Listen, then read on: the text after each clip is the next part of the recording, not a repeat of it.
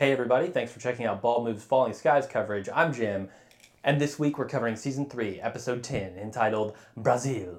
I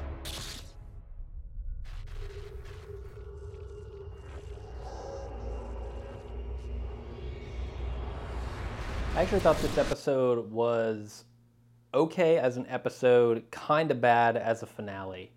There was a lot more stuff, well, not a ton more, but maybe the last quarter of this episode was about, human spirit, the resiliency, the tenacity, stuff that we've covered this season before. I didn't feel like they did too much new there. I kind of like the way that they had the aliens trying to interpret what they saw the humans doing, and kind of trying to understand us better. That part was really neat. But as we'll get to toward the end and with the listener feedback that we got this week, I don't think it was a great season finale. I think it was probably somewhere around a 6 as far as season finales go, and a little bit higher for a regular episode. But we'll get to that. So we start off this week with the use of the weapon. They had it mounted to a boat, which was kind of cool. I thought it would be much, much bigger. Looking at it in that underground chamber that they had, it looked massive, right? It seems like maybe there was more support structure there than there was actual weapon there. Because what we saw in that cavern made it look huge, and it was very small in comparison on that boat. They didn't need a tunnel to nowhere and a balcony to view it on that boat, we'll say that. The dock is operating the weapon. I don't know how long it's been between last episode and now. It must have been some significant chunk of time. Obviously can't be more than 3 months or everyone would be dead. Maybe a month? Maybe a month? I don't know. This doc is really familiar with these controls. I mean, he's telling Cochise things that he doesn't know about the weapon. The cool thing about this weapon, though, is I think it takes its power from the grid itself. Like, it may have just like if you're talking about this in terms of a car, it has a battery just enough to get its alternator running, which then siphons power from the engine. And in this case, the engine is the grid. I thought that was a really, really cool touch for this weapon. Why not? Why not? All that power is there. Grab it and use it against the enemy. That's perfect. The other thing I thought was really freaking awesome about this weapon, or about the scene with this weapon, was the alien ship that came down. The Volm ship is massive. I mean, you look at those towers are enormous. And then the ship comes down and it dwarfs the tower by at least twice as much. So I thought that was really freaking awesome. And I'm a sci-fi geek, so I love seeing really cool sci-fi stuff. So right up my alley there. Let's move on to, I guess, the status of this war. As soon as that weapon goes off and the grid comes down, everybody starts celebrating. And I was worried. I looked at that like they're setting themselves up for a big disappointment when, okay, the grid is down, but that's really not all there is to this war. But the episode really made it feel like the war is winding down. It is doing exactly what the humans said it was. And they do that both by the celebratory mood of the humans, kind of implying that, and also the white flag that they're waving at the end of the episode. I mean, Karen comes in literally waving a white flag and with a peace offering, saying, hey, let's team up sometime if you ever want to, do some cool shit. Weird, but the tone changed so much there that you have to think that what the humans have been doing, and now with this weapon being fired off and the grid taken down, it has really, really got the Espheni nervous. And maybe crippled their war effort. We will see in future seasons, I'm sure. That'll probably be a big thread, is, mopping up the rest of the Espheni. But yeah, so far, so good. They are in the clear. And along those lines, let's talk about the relocation to Brazil. the commander, who I guess is Kochi's father, I don't know his name. He has some alien name. Forgive me for not knowing that. Anyway, so he's Kochi's father, and he comes in and he says, okay, everybody's being relocated forcibly to Brazil. Tom does not like this. Tom does not like this. And that's fine. Tom cannot like this. Tom, however, does not give a flying shit what anybody else thinks about it. I mean, he speaks up for the entirety of humanity, for all he knows at this point, and says, we do not want to be out of harm's way. We want to be in the middle of this war that is still waging. I think that's a mistake, Tom. I think that's fine for you to do. You can say that and you can continue to fight, but there are people in that group, I guarantee it, who would love to go to Brazil, who would love to drink Coronas on the beach. I realize it's not Brazilian. Whatever. There are plenty of people who would love to get out of there. But Tom doesn't consider that. Tom doesn't put it up to a vote. Tom doesn't allow people who want to leave to leave. He just says, we will not leave. There is no one on this planet who wants to leave, which I thought was crazy. But, you know, that's what Tom is. Tom makes decisions for people, and most of the time, he makes good decisions. I just think going forward in each season, every person who dies in this battle is going to be on Tom's head, because Tom kept them there. I thought when the commander walked in, he was pretty badass. I mean, we know what Cochise can do, and if you're going up one level to Big Daddy Cochise, he's going to be a badass, and rightfully so. I mean, how do you know who the biggest badass in the room is? He's wearing the most ridiculous clothing item you can possibly wear, a cape, and he's still a badass. So I'm next week. There is no next week. Next season, I'm going to wear a cape for every episode. I think that's a good call. Let me know if you want to see that. Yeah. So that raises some questions about Brazil. The idea that they would be relocated there. It kind of implies that Brazil is safe, obviously. But I question why that is. Is that because Brazil has been left alone by the Espheni? Because it seems like this was a worldwide attack, and that basically there are very small pockets of humans left. Brazil is a fairly substantial country, and I'm sure there are a lot of people there. So if Brazil wasn't attacked, why not?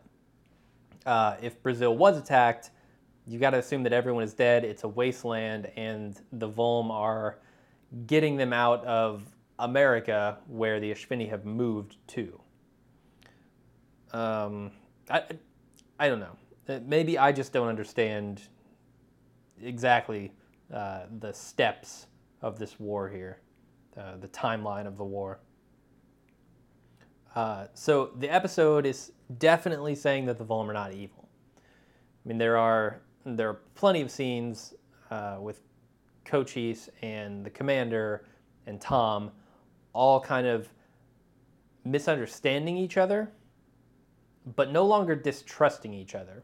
But we have to date only encountered dull and pliant indigenous species on the many planets we have liberated. Not a single one of them has ever resisted relocation. In fact, they have welcomed it. So you will understand that we are confused by your resilience, your tenacity.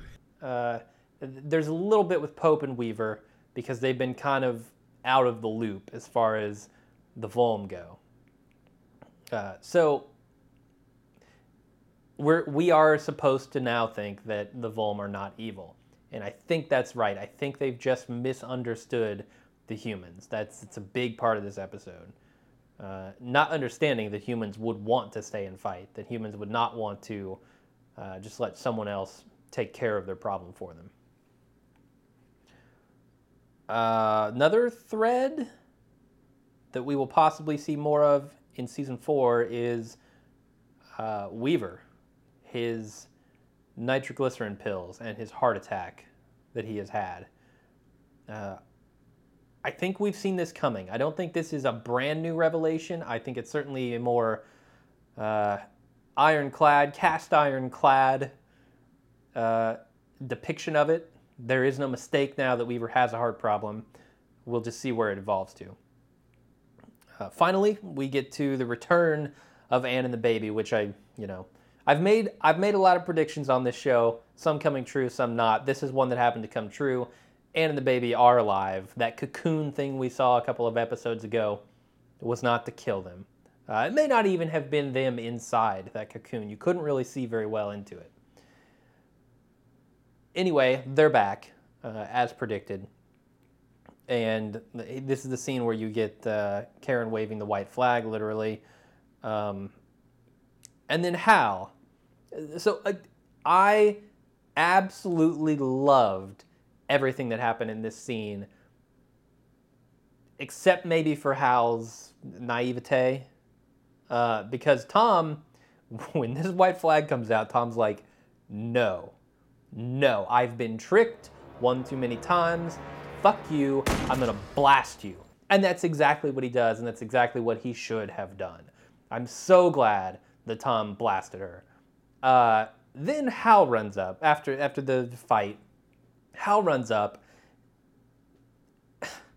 and is being Dopey Hal. Like, I'm gonna start calling him Dopey Hal because he has been suckered. He is a sucker. I mean, this is the leader of the Espheni forces for all we know, and he should not be thinking that this is sincere in any way. I mean, yes, there is a peace offering, there is a white flag, but certainly they are not doing this for the benefit of the humans. They are not all happy, let's get along time. They are doing this because either it's a trick, or they are so busted up by that grid coming down that they can no longer afford to fight the humans. I think it's that. I think that they are in very deep trouble. But Hal is just...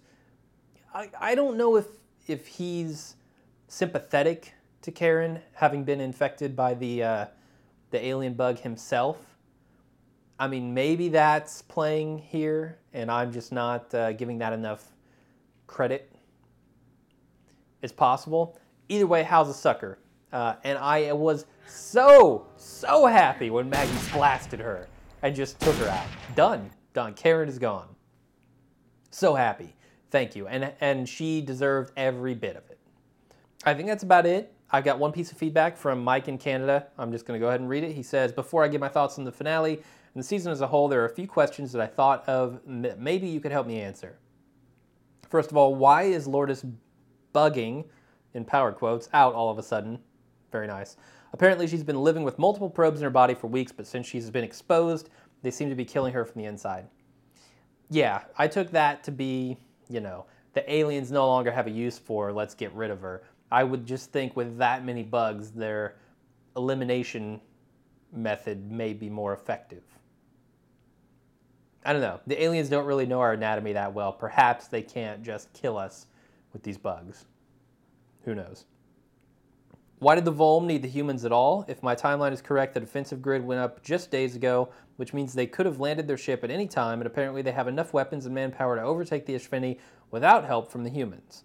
Why were they waiting for the grid to be activated, then destroyed with their weapon before they landed on the planet? Maybe this was explained clearly at some point, but I seem to have missed it. Yeah, I think this was actually explained pretty well.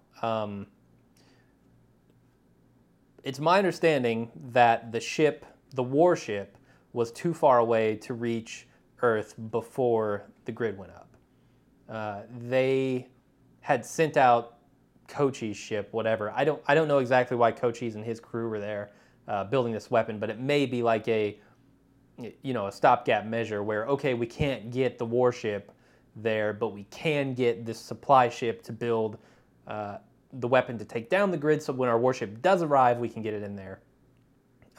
All I know for sure is that the warship was too far away to reach them before the grid went up. Mike goes on, just a couple quick points. Hal is lucky that Maggie is a good shot. Yes, he is. If babies born after the invasion have special powers, then they need to make more babies. I hadn't even considered that this is not a result of alien tampering, but just maybe alien presence. I'm talking, of course, about the special powers that this baby has. Lexi, I think her name is. Alexandria? I don't know. I hadn't even thought that maybe there's some sort of permeating force here at work, turning all of the new humans, the babies, into alien baby hybrids. Maybe they should address that. Maybe they should address that because like I said, I hadn't even considered it. I'd like to see more, and I'm sure we will. I mean, now that this baby is back, you're going to get Doc and Anne and everybody in there, probably Lourdes as well, in there studying this baby and trying to find out what's up. So I'm really anxious for season 4, where we'll probably find out more about that. Mike finishes up by saying, overall, the season seemed to be a bit of a mixed bag. There were some episodes I really enjoyed, such as episode 8, Strange Brew, but overall it seemed like the pace of the season was slower than the first 2. Lastly, the ending of the season does not leave me begging for more, which is a little disappointing after the way they ended season 2. Yes, that is my biggest complaint about this episode, and really, one of my very few complaints about this episode. I should probably score it a little higher because overall it was cool. It had a decent dramatic message about the human spirit, and I liked it. The ending though leaves nothing to be lusted after for next season. They've cleaned up the plot line with the mole. They've cleaned up the plot line with the weapon. It seems like they've cleaned up the plot line with the Espheni. And all they've got to do is mop up. Now, the humans won't have the Volm's help in the next season. They may, in fact, have problems working around what the Volm are doing. And I imagine that's where they're going to take season 4, some sort of conflict between the humans and the Volm. Maybe the Volm regretting kind of, letting the humans do their own thing. As I said, this is the first time they've ever done this. There's not much left. I mean, there's the baby. We're going to find out a lot more about that in season 4, I'm certain. But that's it, man. I mean, Lourdes isn't even a mole anymore. The baby took out the bugs. So not a lot to go on going into season 4, and not a lot to hype me up, not a lot to care about there. So we'll see. We'll see what season 4 does. That's it, everybody. Thanks for listening, and we will, I guess, we'll be back. I'll be back in season 4. We'll see how things go. I'm not super excited, like I said, for it, but we'll see. So thanks for listening, and I'll see you next time.